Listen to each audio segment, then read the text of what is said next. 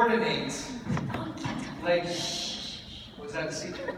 We didn't talk about the code word. Yes, we already have our code word. Oh. Pay attention, Jerry. All right, okay. Always a step behind, always a step behind. Okay, I had easy questions over here, but since you guys have a little sass, I'll ask one. Okay, so a question for all of you. This is a great question that came up in the Facebook group regarding your guys' spouses. How do you use them? How do they play roles in the business? And what ways do you involve them? Don't everybody jump in first. Okay. Who wants to go first? I'll go first. Okay. So for me, my husband still works a full-time job. He is an officer in the Air Force. So our situation will look a little bit different than maybe Melanie's or Michelle's. But I think the most important role that he plays is kind of my pump-up person. He is the one who picks up the slack at home for me. He is the one who provides positive affirmations for me, and it wasn't always like that. In the beginning, this business was kind of a mystery to him because he's a traditional person and a traditional man, and as our roles were changing, I had to be sure to have a conversation with him about, my vision for the business and my vision for our relationship moving forward. And I think the reason that it has evolved into what it has is because I was willing to be upfront with him about it, which I find that a lot of coaches aren't. They don't involve the spouse. And a lot of times when there is a couple and one part of that couple starts to move forward and improve yourself and read personal development and get into this business, it can create a rift because both people aren't moving together. So you have to be sure to protect that relationship because the relationship is so valuable. So now, he is able to pick up the slack at home, like I said, for me, and it doesn't cause friction. It's actually a great help. So the beginning of my business was rough. So, and I always have Matt's permission to share, but we struggled as a couple. Matt was not on board at all with Beachbody. He actually refused to let me sign up as a coach, refused to spend any of our money to do this business. He really did not think it was a legit thing. And it was a struggle. I would try to work my business when he wasn't at home because he gave me such a hard time. I was supposed to be the mom, I was supposed to be the caretaker, and I was taking away that time from our family to build a business that he didn't believe in. And honestly, I wasn't making very much money at the beginning. So for the amount of time I was putting in, I wasn't getting the return on that investment. And he's a money man, he's a numbers guy. If those of you that know Matt, everything is dollars and cents.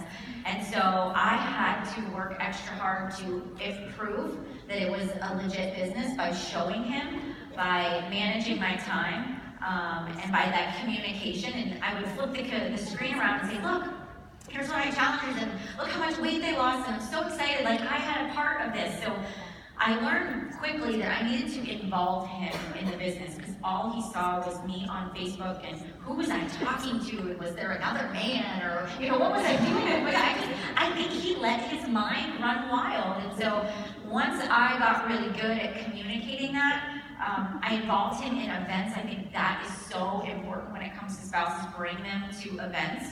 And so now he has taken on the role. He's the professional fun haver. He definitely is. So he's the one that makes sure that all the husbands feel supported and all the spouses have a good time when we go to the events. And he kind of keeps everybody together. And then now he is the finance guy, and I run the business, and he makes sure our books look good. He will help run the kids to and from school now that he is at home full time, which was such a big deal for him to leave his job. But this is a team, and I always make him know, I want him to know that I couldn't do it without him, and that he is a really important part of this. I could not do it alone. And I always tell him that, because I don't ever want him to feel like it's just a one-woman show, because it's not.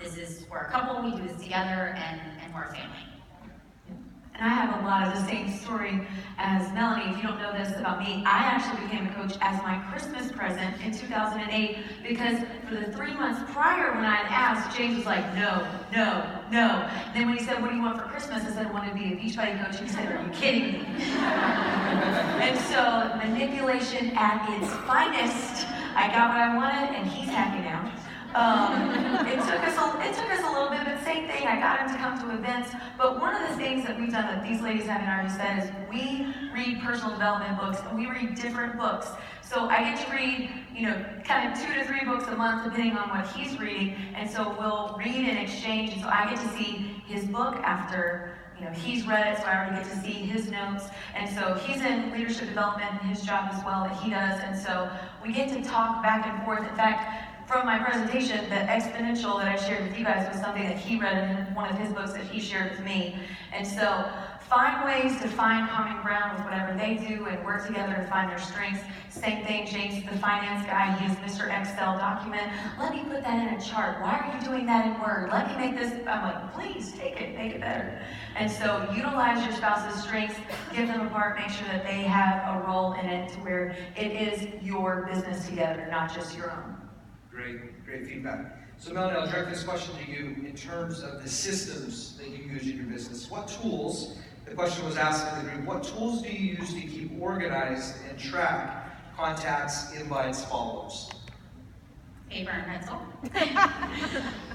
Honestly, so I think I've tried every system out there. I've done Google spreadsheets, I've done paper and pencil, I've had, it's called Asana or Asana, or, and I use that for task manager. I will say that is the one thing that helps me the most is I put my to-do list in there and I can schedule due dates and subtasks. But I will say when it comes down to tracking my contacts, tracking like the coaches that I'm talking to, I'm just paper and pencil.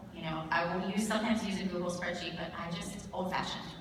And can I talk to your successful advice base? Same thing that I love. When we sit down in Pittsburgh, we do one-on-ones. I think as you guys learn about Successful 5 Base, I'll get Mel's number at the end of every month of what she feels like she can do the next month. And it literally is the number at the top of the page, and she'll list out the coaches she's working with and kind of where she's at in terms of understanding their why and kind of their pain points in life and really coaching them along in the process. And it's simple, right? It's basic, it doesn't need to be anything extravagant. And I like the binder with the Successful Base because I can look back 2 years ago now and I can see all the names and how many people I started January with, how many I ended with. So I can actually now have this binder of 3 years of data that I'm collecting, which is cool. I think that's cool to look at. So Michelle, our next question about Shakeology retention. Our programs have changed and evolved from 90 days to 60 days.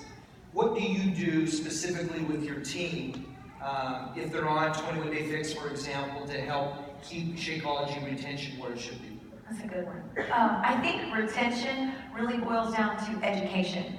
How well are you educating your challengers and your coaches towards all of the benefits of Shakeology? And I'm not even talking about the scientific benefits of it. Obviously, we know that as coaches, it's important. But think about your person that's at the very beginning of their journey. And so I always tell people, Beachbody says it's the healthiest meal of the day, and it totally is. But for me, it is my most brainless meal of the day. It is the meal of the day that I don't have to think about. I just throw it in the blender and it's exactly what my body needs and it's awesome and it keeps me full and I'm happy and it tastes like chocolate. Everybody wins.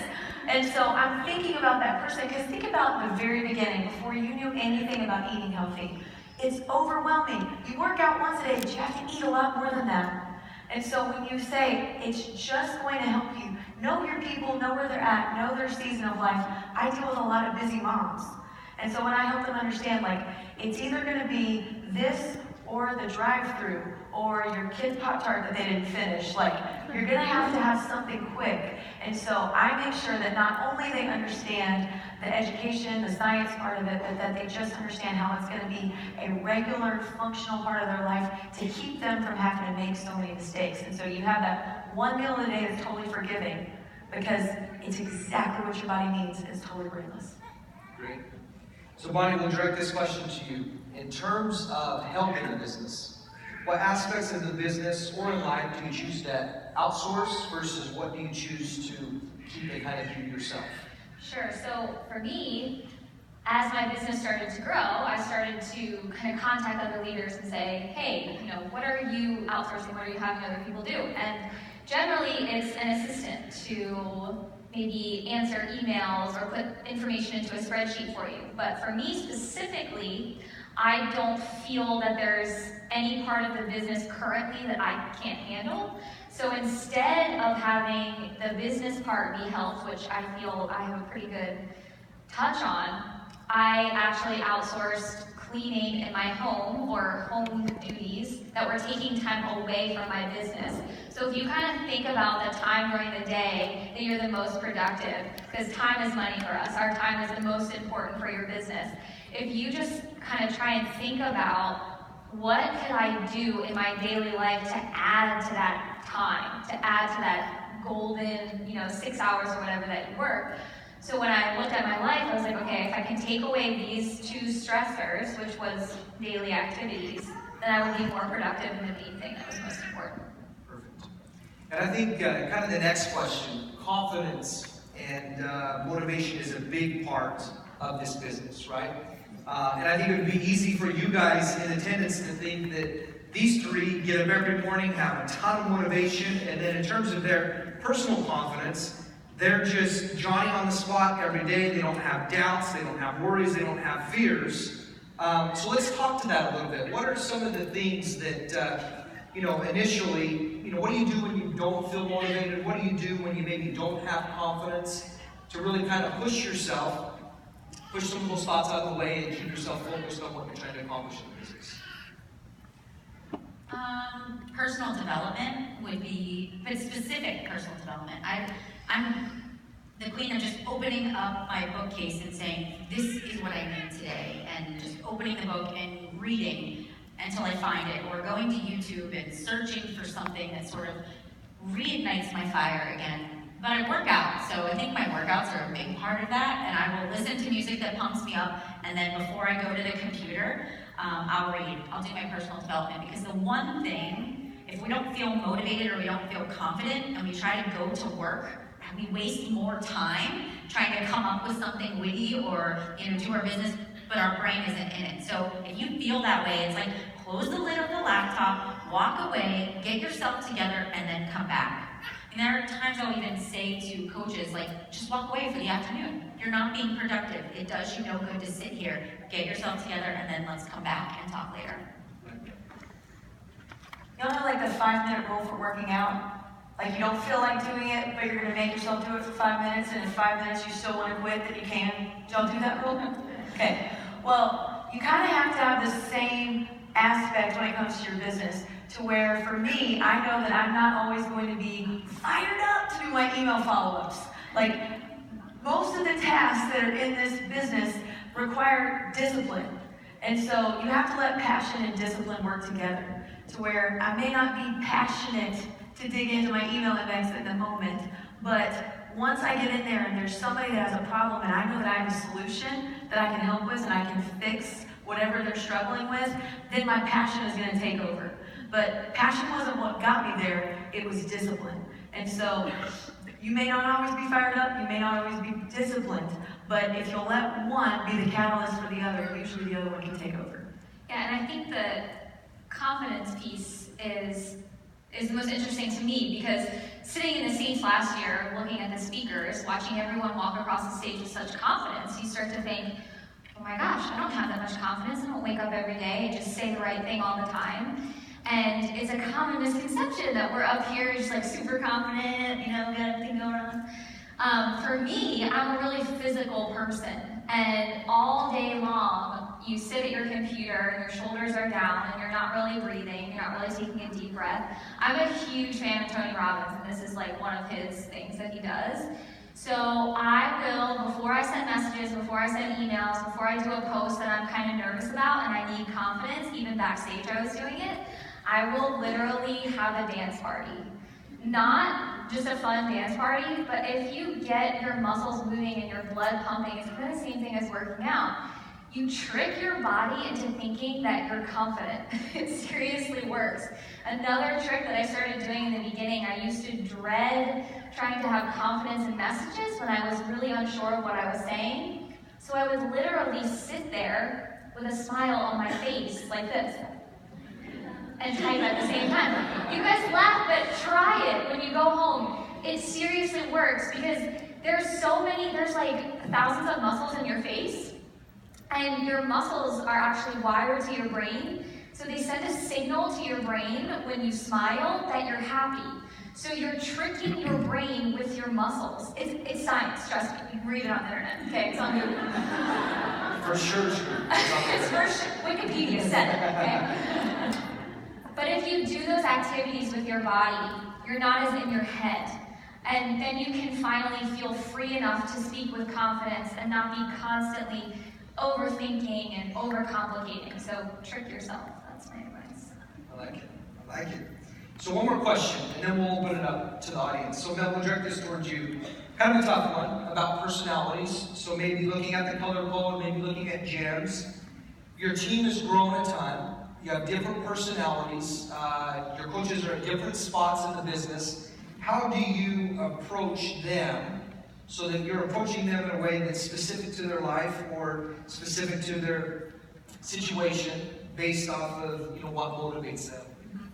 So I've done this a couple of times. I started with the Personality Plus book, was where I started, with the color code more recently, and actually categorized my entire team based on what their personality style was, because I was finding that I was having a hard time connecting with certain personality styles on my team.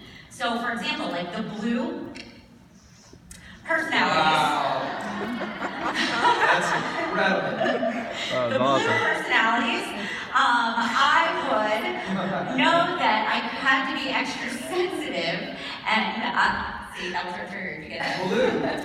How did you forget that? So, no, being serious, but seriously, with the blue personalities, I could not pressure them into doing something. I had to really make sure that there was that personal connection, there was that relationship. If I set a deadline with those people, they would sort of retreat. But if I told a red personality that we had to push for this goal and this was the deadline, they were all in. They were fired up about it. And a yellow, if I tried to tell the professional fun havers that they had to sit still for 3 hours, they were checked out. I couldn't give them a goal, right? And so I started to look at, okay, when I do an incentive every month, how can I change it? How can I look at my team and make sure that I'm rewarding people for not just reaching a goal? How can I make it fun? How can I make certain things a game? How can I have a personal connection? And so I would always think about, when I was motivating my team as a whole, I would think about it when I would go to present a concept on a team call. I start to think about how can I speak to all those different personalities? How can I kind of weave that into my team call so that I'm always speaking to everyone? And then on a personal level, when you get on a team call or a one-on-one call with that person, for a while I actually sat with the book and I would read that person's personality style before I got on the call, and I would have to train myself how to speak to that person, certain words to use. And that has helped me so much with understanding my coaches, because I tend to be that red, go, go, go, I just get it done, do whatever it takes. And I was burning some bridges at the beginning of my business, but I feel like now it's something that I continue to work at. It helps with your team culture and your team dynamic too. Perfect. Great job, you guys. So let's open it up over to this side. We'll start on this side first, and we'll kind of work across the room. If you guys have a question, obviously raise your hand. We've got mics that are roving, but if you would, when you ask your question, please stand, tell us your name, tell us where you're from, and then ask your question. Hello, Melissa from Texas.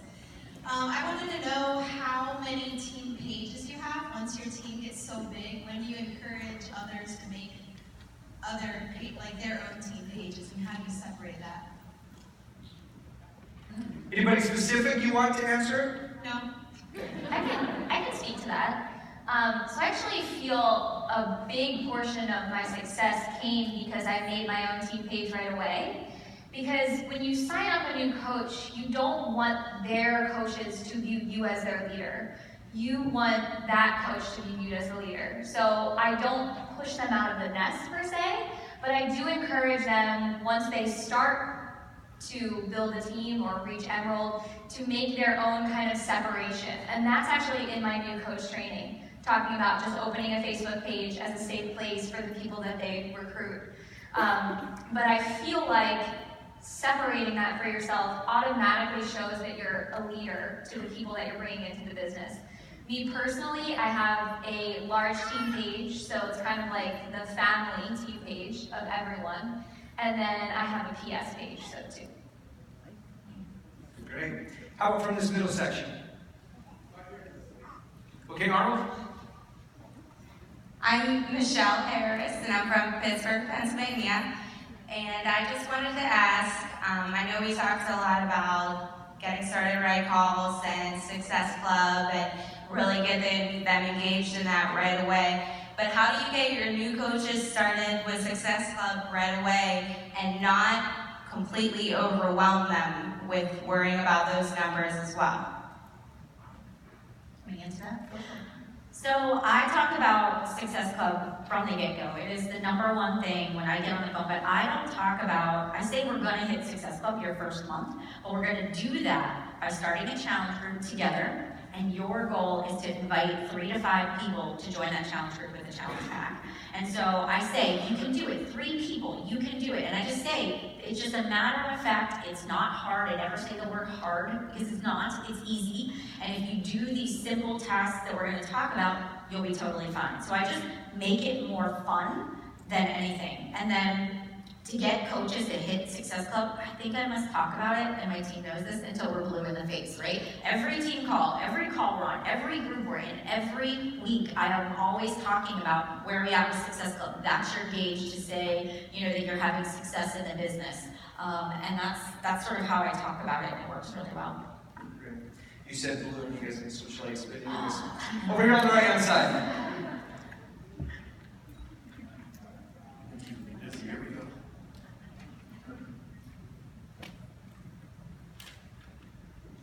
Hi, my name's Erica, and I'm from Florida. Question for you about helping your coaches start to reach out into their cold market. How do you encourage them? Facebook groups, people that like to comment on their like pages, Instagram. How do you train them to go into their cold market? I think that one. So the cold market, there's not like a specific place that everybody needs to go.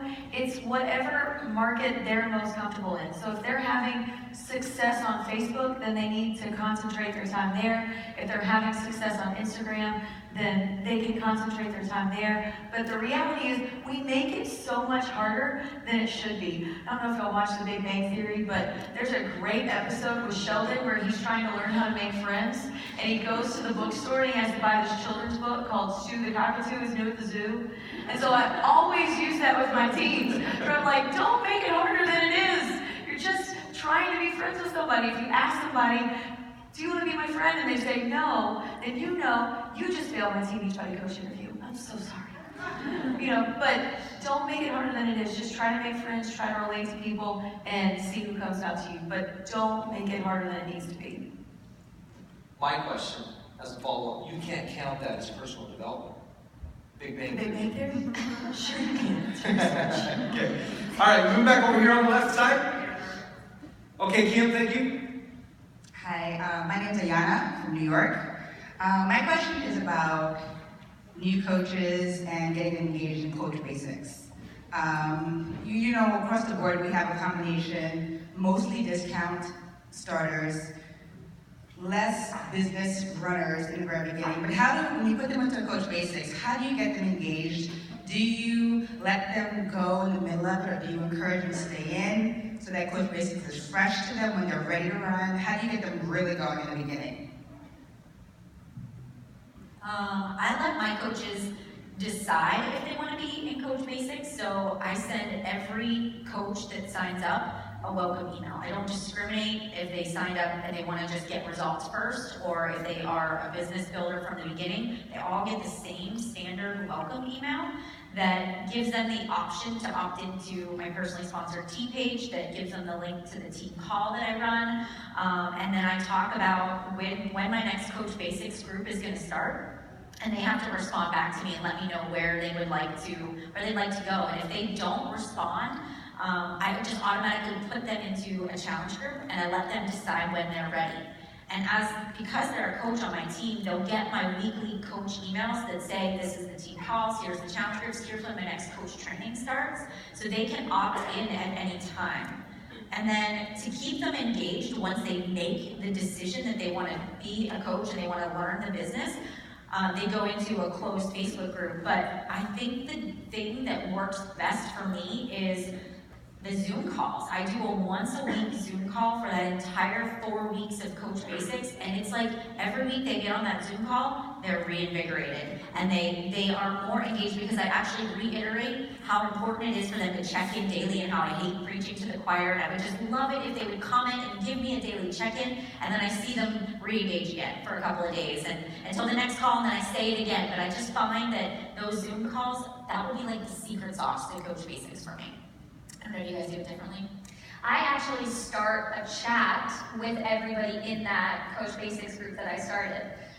So basically on the action days, I will send them a little message like, hey guys, I don't know if you saw this today, but it's really important.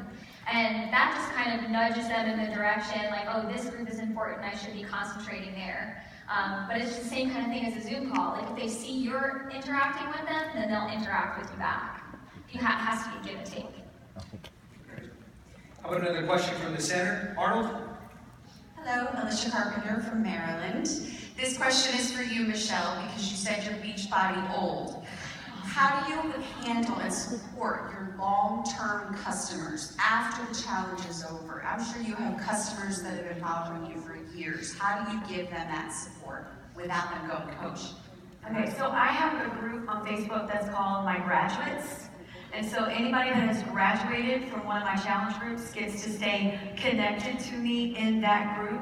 And so that's where, I still post in there regularly and check in with them. And I have a cover photo that kind of gives them an idea of something that they can post, like Monday Motivation and Tasty Tuesday and Workout Wednesday, to where they can kind of still stay engaged. Not everybody on the page does, but it also gives me a great place to go to where when we got a new Shakeology flavor, or a new workout, or Beachbody on Demand, it's a great way to kind of connect them to what's next, to go in there and see who's still engaging or who has maybe checked out and might need an individual message from me. And so the Facebook group for continued support has been awesome for me, and I pull still 2 years down the road, whatever, somebody will come to me from that group and say, okay, I think I'm ready to be a coach now. But it's just a great way to stay connected to them. Great. Mr. Matheson.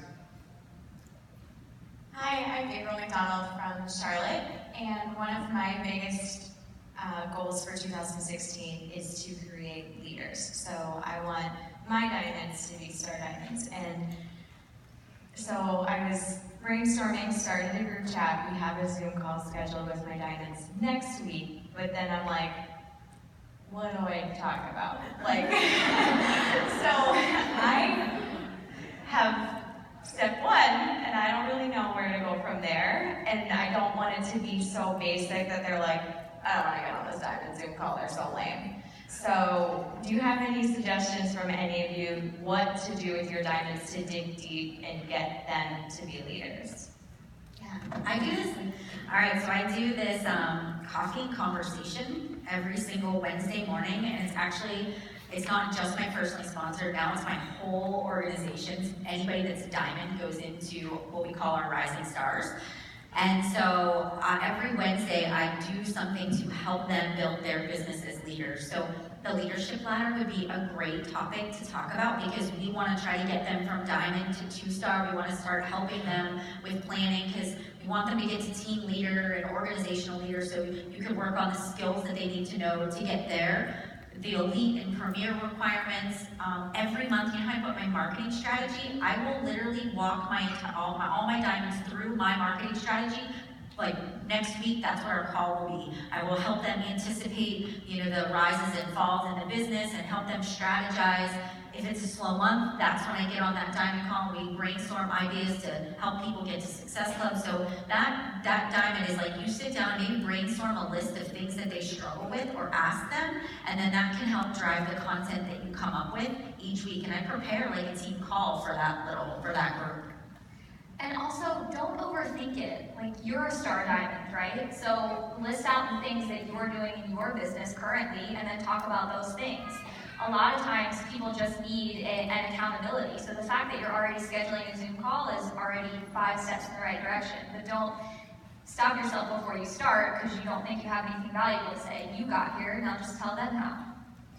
Great. And then also just develop systems to let them lead. Like I have a page for just my diamonds and star diamonds, and I started something this year that Julie Ford has shared with me of just this weekly Diamonds Take the Lead program where every week in that group, one of our team diamonds is the diamond that's taking the lead that week, and they post like a 5-minute video Monday through Friday where they'll share their story of how they became a coach, they'll share how they implement the 3 vital behaviors, they'll share something that's going really well in their business, they'll share something that they're struggling with, that they're working to overcome, and then they kind of have a free day on Friday to share something else, that anything of their choice. But a lot of them thrive when they're given opportunities to lead, and just the opportunity to lead makes them take the next step of leadership. And so don't necessarily think that it's something that you have to teach them or show them. Allow them to do it, and they'll do it more. I like that. Let's take 2 more questions. Over here, Kim.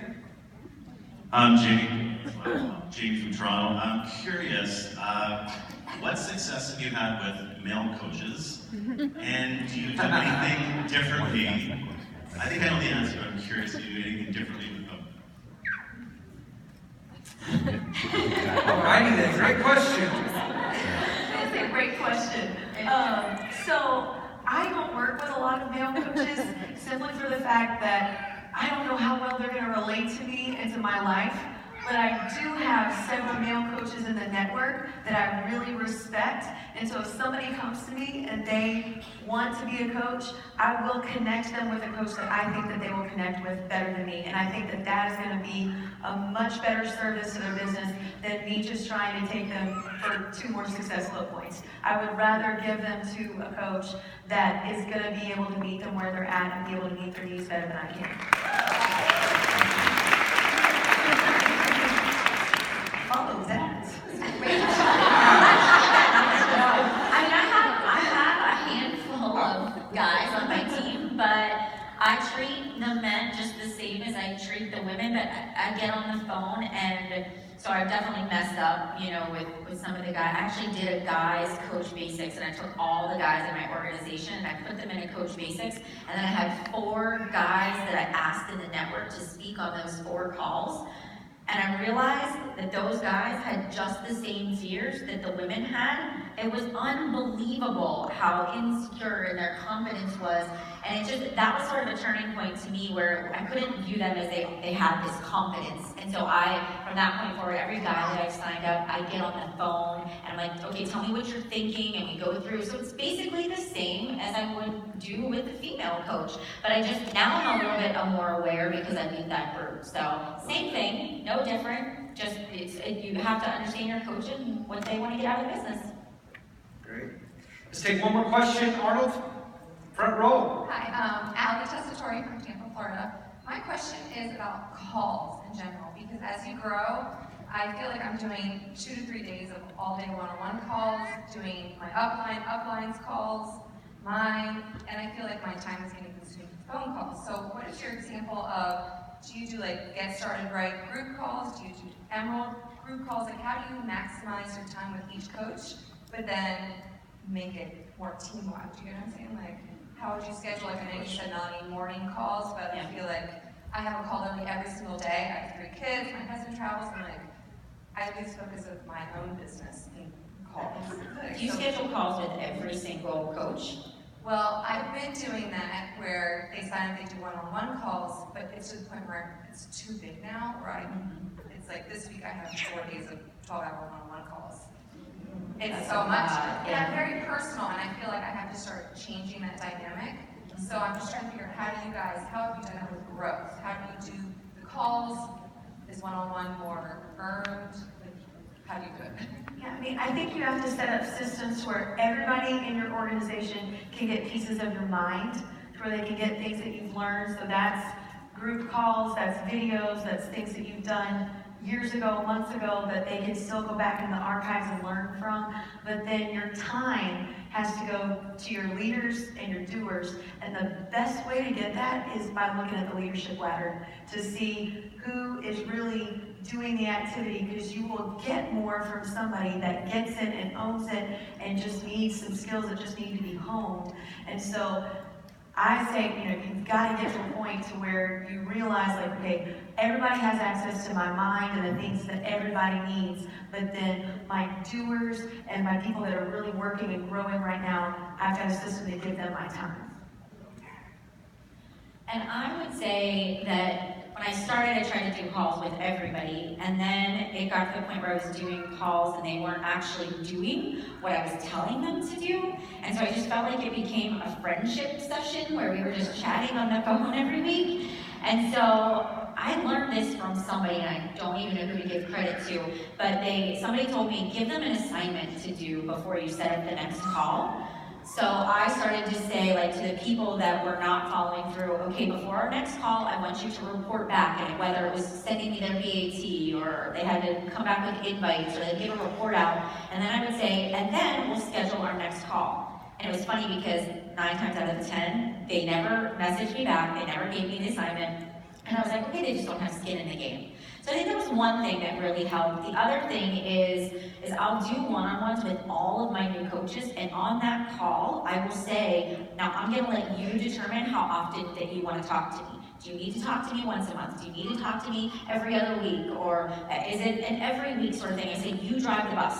When you want to talk, let me know. I will always make time for you, and I will set up a call. And so then there are people in my business that they don't want to talk, they just want to do. And then there are other people that they just need a once a month, and they have my little acuity schedule link, and it'll just pop up. And I'm like, oh, they needed to talk to me this week. Or if I haven't heard from somebody in a while, I'll be like, hey, you want to chat?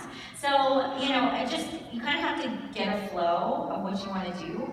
I offer so many, like a team call and a coach basics and free vitals, and pretty much, for the most part, unless it's a personal issue, they can get what they need from that, and then the one-on-ones are just specific topics that they need help.